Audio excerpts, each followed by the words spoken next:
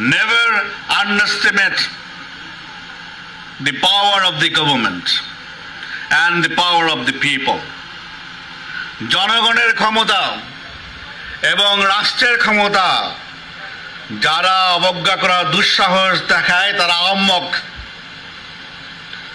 রাষ্ট্রের কাছে এই সমস্ত অপশক্তি, জনগণের কাছে এই সমস্ত অপশক্তি অতি তুচ্ছ। আপনাদের সঙ্গে সহযোগিতা নিয়ে এই যে 1000-2000 লোক টোকায় নিয়ে আসবো, আমরা বাড়িতে বাড়ি থেকে টোকায় নিয়ে আসবো, মাটির তলে ঢুকলে সেখান থেকে বের করে নিয়ে আসবো।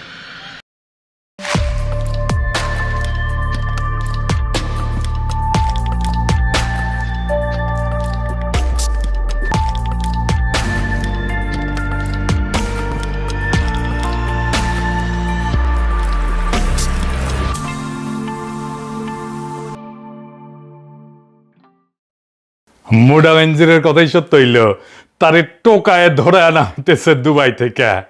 তবে এই দেখে খুব খুশি হইয়া যায় না, পিকচার কলে আভি বাকি হয় মেরা দোস্ত, ওইটা আমরা আজকে আলাপ করব।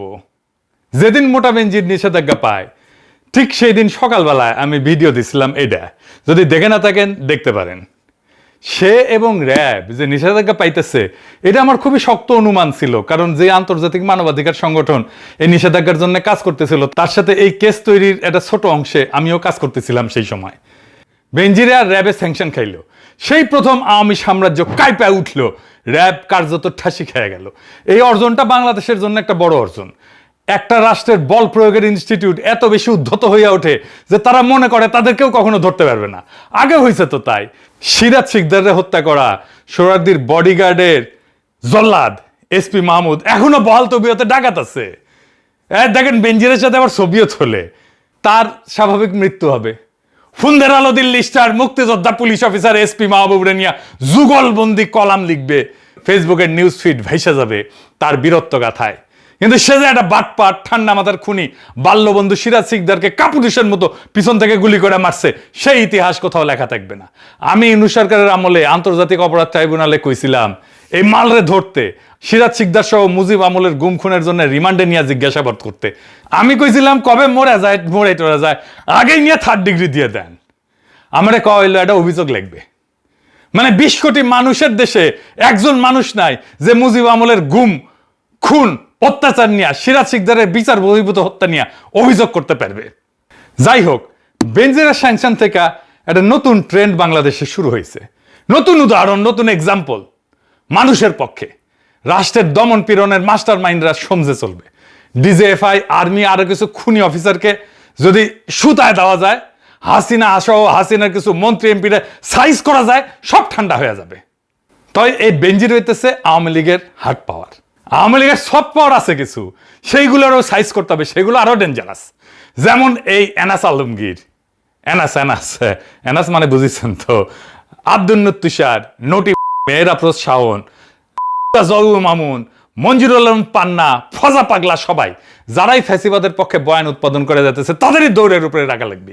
এখন কইতে পারেন বাংলা লুথার কিং তো আব্দুল তুষারের সাথে লাঞ্চ করে লাঞ্ছিত হয়, হ্যাঁ, এনাস আলমগীররা তো ফোন মারে। হ্যাঁ, এইগুলোরে কেমনে সাইজ করবেন? হ্যাঁ, আরে বাবা, সেজন্যই তো কবি কইয়া গেছে, লুথারের কাজ লুথার করিছে, খাতির করিছে তাই বলে কি সাইরা দেওয়া হাঙ্কারের শোভা পায়? বাংলাদেশ তো এত সহজে শান্ত হবে না। একের পর এক বিক্ষোভ, অভ্যুত্থান, অশান্তি আর বিপ্লবের ঢেউ আসবেই। আমি কয়ে দিতেছি, লিখে রাখেন। বাকশালীদের দাবরানির উপরে কিছুটা হইলে রাখতে পারছিল ইউনূস সরকার, এই বাকশালীদের দাবরানির উপরে রাখবেন, দেখবেন রুলারের মতো সোজা হয়ে গেছে। এদের আওয়াজ বেশি, কিন্তু প্রত্যেকটা ভীরু কাপুরুষ। হাসিনারে তো পলাইতে হয়েছে, কেউ এসে রক্ষা করিছে? করে নাই। খালেদা জিয়ারে যেমন বালুর ট্রাক থেকে উদ্ধার করতে পারে নাই, ঠিক তেমনি হাসিনারও এসে কেউ রক্ষা করে নাই। এই দলগুলো এরকমই, বিএনপি আওয়ামী লীগ দুটাই এরকম। সোহরাওয়ার্দীর বডিগার্ড পটল তুলেছিল, কেউ আগে এসে দাফন করার কথা কয় নাই, এতই এদের জানের ভয়। অপারেশন সার্চলাইটে ঢাকায় মাত্র 4 ব্যাটালিয়ন সৈন্য, তাও আবার 4টা ট্যাঙ্ক নিয়ে নামেছিল 25শে মার্চের 1971। সেই যুগে পাকিস্তানি সোলজারদের আমেরিকান আর্মির মতো লট ভর ছিল না, নর্মাল খাকি পোশাক, জিপ, G3 রাইফেল, যেটা দিয়ে কয়েক রাউন্ড ফায়ারিং করতে পলাইছে লীগের সব হেডোমালারা। আর জুলাই যোদ্ধারা উঠছে প্রবল গুলি, সৈন্য আর শক্তির মুখে রণে ভঙ্গ দেয় নাই। এটাই পার্থক্য। ওই শক্তিরে আমরা ঘরে ফিরাইছিলাম, জুলাইয়ের শক্তিরে, কোনো বড় দুর্ঘটনা ছাড়াই। ভাবছিলাম এই জাউড়াগুলা বাকশালীগুলা ভালো হবে, নিজেদের ভুল বুঝবে, ক্ষমা চাইয়া অনুতাপ করবে। ওরে মা, এগুলা আবার ফস ফস কইয়া ওঠে। এই দেখেন জাউরা পান্না কয় হেলিকপ্টার দিয়ে কোথায় গুলি করিছে। হেলিকপ্টার দিয়ে গুলি করছে কারা? কোথায় দেখেছেন হেলিকপ্টার দিয়ে রিয়া গোপরে মারছে কে? আহাদের মারছে কে? কোথায় দেখেছেন হেলিকপ্টার দিয়ে গুলি করছে? শুনিছেন? শুইনা মনে হয় ঠ্যাং টেংরি ভেঙে দিই। এখন ওরে পাবলিক রাস্তায় গণধোলাই দিলে সেটারে মব আর দঙ্গলবাজি কইয়া সিকুর পারবে কেউ কেউ। মনে রাখেন, আগামীতে যে যুদ্ধ আসবে সেই যুদ্ধের শুরুতে লীগরে আরো মানসিকভাবে দুর্বল করতে এইরকম কয়েকটা লিগেল লেসপেন্সারের জুতার মালা পরায় ঘোরানো লাগবে, পাছায় চাকা কঞ্চিতে চাপ গানো লাগবে। লীগের মরাল সাথে সাথে কোলাপস করবে। আর যেগুলো টার্গেট করবেন, ধানমন্ডি 32, মুজিবের অবশিষ্ট সমস্ত স্মৃতিচিহ্ন, সুধা সদন, শেখ রেহানার বাড়ি, শেখ রেহানার শ্বশুর বাড়ি, তারেক সিদ্দিকীর বাড়ি ঘর, কাউয়া কাদের বাড়ি ঘর, এডিটর শেপ কাউয়ার সাউন্ড দেন আরো জোরে, হ্যাঁ আরো জোরে দেন, হ্যাঁ হয়েছে। লীগের সব টপ নেতাদের শহর গ্রামের বাড়ি ঘর, লীগের সমস্ত অবশিষ্ট কার্যালয়, অফিস, সুপ্পুর বাড়ি ঘর, মুজিবের বউ পরিবারের নামে সমস্ত স্মৃতিচিহ্ন, স্মারক, বাড়িঘর, জাদুঘর মাটির সাথে মিশাই দিতে হবে। এখন কইতে পারেন আপনি নিজেই তো থামাইছিলেন। হ্যাঁ থামাইছিলাম, হ্যাঁ দেখেন। প্রিয় দেশবাসী, আসসালামু আলাইকুম। শেখ হাসিনা এবং শেখ রেহানা দেশ ছেড়ে পালিয়েছে। জনগণকে অভিনন্দন জানাই, সে তার ক্ষমতা ত্যাগ করেছে এবং এই লড়াইয়ে বিরচিত বিজয় অর্জন করার জন্য। কিন্তু শেখ হাসিনার ক্ষমা নাই, শেখ হাসিনাকে যারা পালাতে সাহায্য করেছে তাদেরও ক্ষমা নাই। শেখ হাসিনার বিচার করতে হবে, আমরা তাকে ফিরিয়ে আনব। জনতা রাজপথে, কোন সামরিক শাসন নয়, কোন জরুরি আইন নয়। সবাইকে আহ্বান জানাচ্ছি, শান্তি শৃঙ্খলা বজায় রাখবেন এবং কোন ধরনের অনভিপ্রেত ঘটনা যেন না ঘটে। শেখ হাসিনার বিদায় হয়েছে, আমরা বাংলাদেশকে নতুন করে গড়ে তুলব। ইনকিলাব জিন্দাবাদ। কথা সত্য, এটা 5ই আগস্ট 2024 সেই সময় থামাইছিলাম। শুধু তাই না, হাসিনা পালানোর পরে 72 ঘন্টায় কি কি ঘটতে পারে সেটাও কয়ে দিছিলাম, কিভাবে শান্ত থাকতে হবে, কিভাবে শান্তি শৃঙ্খলা বজায় রাখতে হবে সেটাও কয়ে দিছিলাম। 17 জুন 2023 সাল, এডিটর সাহেব তারিখটা দেখা দেন। ঠিক 1 বছর আগে হাসিনা পালানোর। আমি জানতাম এটা ঘটবে, এক সময় না এক সময় ঘটবে, আজ হোক কাল হোক। আমরা অনেকেই এই বিপ্লব নির্মাণ করেছিলাম এইভাবেই একসাথে। ওই সময় এদের রক্ষা না করলে আপনারা বুঝতেন না এদের সংশোধনের কোনো রাস্তা নাই, এদের মধ্যে বিন্দু মাত্র কোনো অনুশোচনা নাই। বুঝতেন না এদের ডিএনএতে ফ্যাসিবাদ ঢুকে গেছে, এদের সংশোধনের অযোগ্য। যাই হোক, বেনজিরে ফিরে আসি। বেনজিরের কাছে 3টা পাসপোর্ট পাওয়া গেছে মাত্র। আরব আমিরাত, পর্তুগাল আর বাংলাদেশ। 30 সেপ্টেম্বর 2022 পর্যন্ত বাংলাদেশের সরকারি চাকরি করেছে। পর্তুগালে পাসপোর্ট হয় কেমনে? ইউরোপে থাকেন না আপনারা জানেন না কেমনে পাসপোর্ট হয়? সে সরকারি চাকরিতে থাকার টাইমে অ্যাপ্লিকেশন করেছে পাসপোর্টের, তারপরে বাটপারি করেছে। পর্তুগালের তো এখন 10 বছর ধরে থাকতে হয় নাগরিকত্বের আবেদন করার জন্য, কোয়ালিফাই করতে। আগে এটা ছিল 5 বছর, আইনি বসবাস করতে হবে, তারপরে প্রসেসিং টাইম তো আছে, সবচেয়ে দ্রুত হলো 1 বছর। 5 বছর সে আইনি বসবাস করছে কেমনে পর্তুগালে? কেমন বাটপার দেখেন। এটা তো এখন বাংলাদেশ সরকারের পর্তুগালের সাথে বোঝাপড়া করতে হবে, ও কেমনে পর্তুগালের নাগরিকত্ব পায় এটা বাংলাদেশ সরকারকে দেখতে হবে। তো এই বাটপার বেনজির কলে আওয়ামী লীগের হইয়া ষড়যন্ত্র করেছে। 2025 সালে ফেব্রুয়ারিতে এটা ভিডিও ভাইরাল হয়েছিল। সেখানে ওই বেনজির পলাতক অবস্থা একটা ভার্চুয়াল বৈঠকে পলাতক আওয়ামী লীগের নেতাদের উদ্দেশ্যে কথা কইতেছিল। আর কি কইতেছিল আপনারা যখন আওয়ামী লীগ যখন সংগঠিত হবেন তখন পুলিশের উপস্থিতি আপনাদের সামনে থাকবে। শুনেন, আমিও চেষ্টা করতেছি যারা এখন চাকরিতে আছে তাদের সাথে যোগাযোগ করার জন্য, একটা প্ল্যাটফর্ম করার জন্য। যদি এটা করতে পারি ইনশাআল্লাহ আরো সুবিধা পাওয়া যাবে। শুনেছেন? ওই আরো কইছিল বিএনপি এরশাদের আমলে অনেক এমপি পুলিশের ভিতরে নিজেদের লোক ঢুকাইছিল, সেই লোকেরা এখনো পুলিশে আছে এবং রাজনৈতিক অবস্থান নিতে প্রস্তুত। আর কইছিল পুলিশ আর প্রশাসনের 90% নাকি আওয়ামী লীগের সমর্থক। আসলেই তো তাই, হ্যাঁ। এবং তাদের সাথে যোগাযোগ রেখে পরিকল্পনা করা হইতেছে। আসলেই তো ওই কথা তো সত্য। পুলিশ অ্যাসোসিয়েশন তখন তো তীব্র নিন্দা জানাইছিল, কিন্তু কথাটা সত্য। কইছিল তারা যে এটা ষড়যন্ত্র এবং রাষ্ট্রযন্ত্রের সামিল। বুঝেছেন তো? বেনজিরের ওই পরিকল্পনা অনুযায়ী এখন আওয়ামী লীগের মিছিল হচ্ছে আর পুলিশ মিছিল করতে দিচ্ছে। এখন তো তাইলে বেনজিরের বিরুদ্ধে রাষ্ট্রদ্রোহের মামলা করা উচিত লুথার কিং এর সরকারের, ঠিক কিনা কন? তো এই মালে দুবাই কেন পছন্দ এটা জানেন না? আসেন দেখি। দুবাই কোনো বেনজিরের জন্য আকস্মিক কোনো গন্তব্য না, সেটা আগে থেকে গড়ে তোলা আর্থিক ঘাঁটি। দুদক বলছিল বেনজিরের মেজো মেয়ে তাহসিন রাইসার নামে দুবাইয়ে থুনাই এলাকায় একটা অ্যাপার্টমেন্ট আছে, আরো 2টা ব্যাংক হিসাব যেগুলো আদালত অবরুদ্ধ করেছে। এগুলো অবৈধ টাকা পাচার কইরা সম্পদ দিয়া কেনা হয়েছিল। দুবাই বেনজিরে 100 কোটি টাকার হোটেল ব্যবসাও ছিল, ওইখানে ছিল তার টাকার বিছানা। কথিত আছে আর এক গোপালী বাটপার আরাব খান, আসল নাম রবিউল ইসলাম কলে, নাম পাল্টাইছে। 2018 সালে পুলিশের এসবি মামুন ইমরান খান হত্যা মামলার আসামি ছিল। হত্যার পর ইন্ডিয়া পালায় যায়, আরাব খান নামে ইন্ডিয়ান পাসপোর্ট নেয়, তারপর দুবাই যায়, রাতারাতি কোটি কোটি টাকা স্বর্ণ ব্যবসায়ী হয়ে যায়। 2023 সালে আরব জুয়েলার্সের উদ্বোধনে গেছিল ক্রিকেটার সাকিব আল হাসান, বাটপার, হিরো আলম, অভিনেত্রী দিঘি, আরো অনেকে।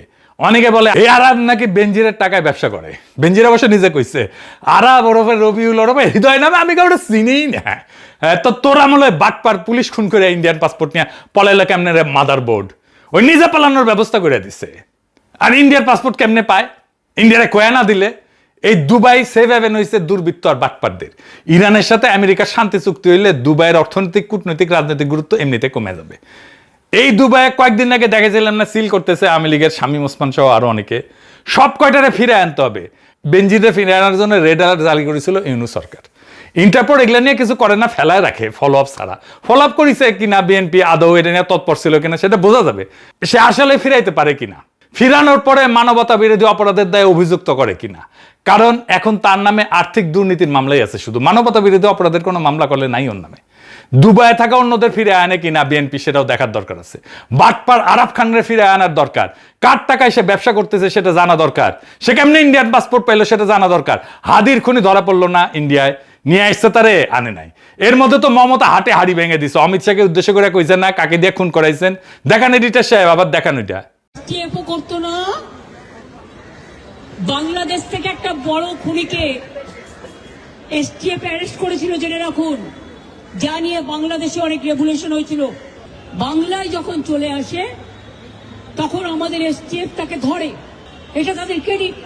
তারপরে হোম মিনিস্টার নিজে আমাকে ফোন করে বলছেন आप थोड़ा आपको बंगाल पुलिस को बोल दो ये बात बाहर में नहीं कहने के लिए। দেখেছেন, তারপরে এখন সব চুপ। ওর মানে ফয়সলরা আনবে না ফিরায় বাংলাদেশে, হাদি হত্যার বিচারও হবে না, কারণ কর্তাই এই হত্যাকাণ্ডে জড়িত। ও শহীদ হওয়ার আগেই কয়ে গেছিল আমার হত্যার বিচারটা কইরেন। যে আমাদেরকে গুলি করার আগ পর্যন্ত কোনো কিছুটা আমাদের গায়ে লাগে না, যতক্ষণ না পর্যন্ত বুকে বা মাথায় গুলি চলবে ততক্ষণ পর্যন্ত আমরা কোনো স্ট্রাগল মনে করি না। এবং এক্সট্রা কোনো সিকিউরিটি লাগবে না, শুধু আমাদেরকে যদি কেউ গুলি করে মেরে ফেলে তাকে যেন ধরে বিচার করা হয়। আপনি যদি আজকে আমাকে, জাবেরকে, আমাদের টিমকে মেরে ফেলেন এবং তার যদি বিচার করতে না পারেন তাহলে নতুন কেউ জন্মাবে না। শুধু এই জন্য তার বিচার করে ফেলতে হবে, আর কিছু স্পেশাল সিকিউরিটি লাগবে না। শুনেছেন, কোন ঘটনাকে সরলভাবে বিশ্বাস করবেন না। তো ফয়সল ধরা পড়ার পরে সবাই উল্লাস করেছিল না, কি মহাকাজ হয়ে গেছে, এখন কি হইল? তাই কোনো ঘটনাকে সরলভাবে বিশ্বাস করবেন না। আমি আর একটা ঘটনার উল্লেখ করতেছি, আমি জানি না এর সাথে কোনো যোগাযোগ আছে কিনা, তবে উল্লেখ করে আপনাদের দেখাই দিতেছি জিনিসটা, দেখাই দেওয়া দরকার। আসেন সেটা একটু দেখাই। কয়দিন আগে বাংলার লুথার কিং কক্সবাজারে গেছিল না, উঠি রামাদা হোটেলে থাকার কথা ছিল, পরে বাতিল করেছে অবশ্য। এই রামাদা হোটেল কার জানেন? বেনজিরের মতো অভিজাতেরা কখনো নিজের হাতে টাকা ধরে না। হাসিনা যেমন নিজে ধরে না, এস আলম রে দিয়ে ধরায়, বেনজিরেরও একটা ক্যাশিয়ার ছিল, ওরাই সম্পদগুলা ধরে রাখে। এই অদৃশ্য স্তরটাই হইতেছে আসল কাঠামো। বেনজিরের ক্যাশিয়ারের নাম হইতেছে জসিমউদ্দিন আহমেদ, চান্দানাইশের সাবেক উপজেলা চেয়ারম্যান, জেসিকা গ্রুপের ব্যবস্থাপনা পরিচালক। এই জসিমকে একাধিক সংবাদ মাধ্যম বেনজিরের ব্যবসায়িক সহযোগী বা ক্যাশিয়ার হিসেবে চিহ্নিত করেছে। 2024 সালের 4 ডিসেম্বর তাকে ঢাকার লা মেরিডিয়ান হোটেল থেকে একটা মারামারির মামলায় গ্রেপ্তার করা হয়েছিল। 5 আগস্টের পর আটক হয়েছিল। এখন 2025 সালের ডিসেম্বরে বিএনপি এই জসিমকে চট্টগ্রাম 14 চান্দানাই সাতকানিয়া আসনের ধানের শীষে মনোনয়ন দিচ্ছে। তাহলে বুঝেন, বেনজিরের ক্যাশিয়ার এখন বিএনপির এমপি। স্থানীয় বিএনপির নেতাকর্মীরা ক্ষোভে ফেটে পড়ছিল এই সময়। তাদের ভাষায় যেই লোক ফাইজিবাদের সুবিধাভোগী ছিল তার হাতে ধানের শীষ তুলে দেওয়া লজ্জাজনক। আর 2026 সালের 12 ফেব্রুয়ারি নির্বাচনে জসিম জিতে গেল মাত্র 1026 ভোটে, মানে জিতে দেওয়া হইল তারে জোর কইরা। ভোট পাইছিল ৭৬,৪৯৩ ভোট, আর প্রতিদ্বন্দ্বী এলডিবির ওমর ফারুক পাইছিল ৭৫,৪৬৭ ভোট। আর এই জসিমই কক্সবাজারের রামাদা হোটেল দখল করেছে, যেটি থাকার কথা ছিল তারেক রহমানের। এবার জোড়া লাগান পুরা চক্রটা, বুঝেছেন তো কার কে মারতেছে, ধুলায় অন্ধকার, সব রুশনের জায়গায়। তাই বেনজির যে ধরা পড়লো, এটা কি নেগোসিয়েশন? এমন হইতে পারে না যে বেনজিরের টাকা ফুরে গেছে।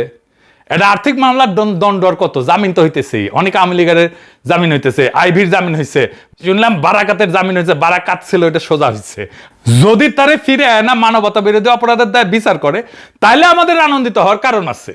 পলিটিশিয়ানদের বিশ্বাস করেন না, কখনোই না। বাংলাদেশে পলিটিশিয়ানদের বিশ্বাস করে না। ওরা ওদের মুখে এক অন্তরে এক। তারা যুগ যুগ ধরে পাবলিকরে লেমন জুস ধরাই দিয়ে বোকা বানাইছে। এই গ্রেপ্তার লেমন জুস কিনা সেটা আগামীর ইতিহাস বলে দেবে। সেই পর্যন্ত আমরা একটু অপেক্ষা করি, কারণ পিকচার আভি বাকি হ্যায় মেরা দোস্ত।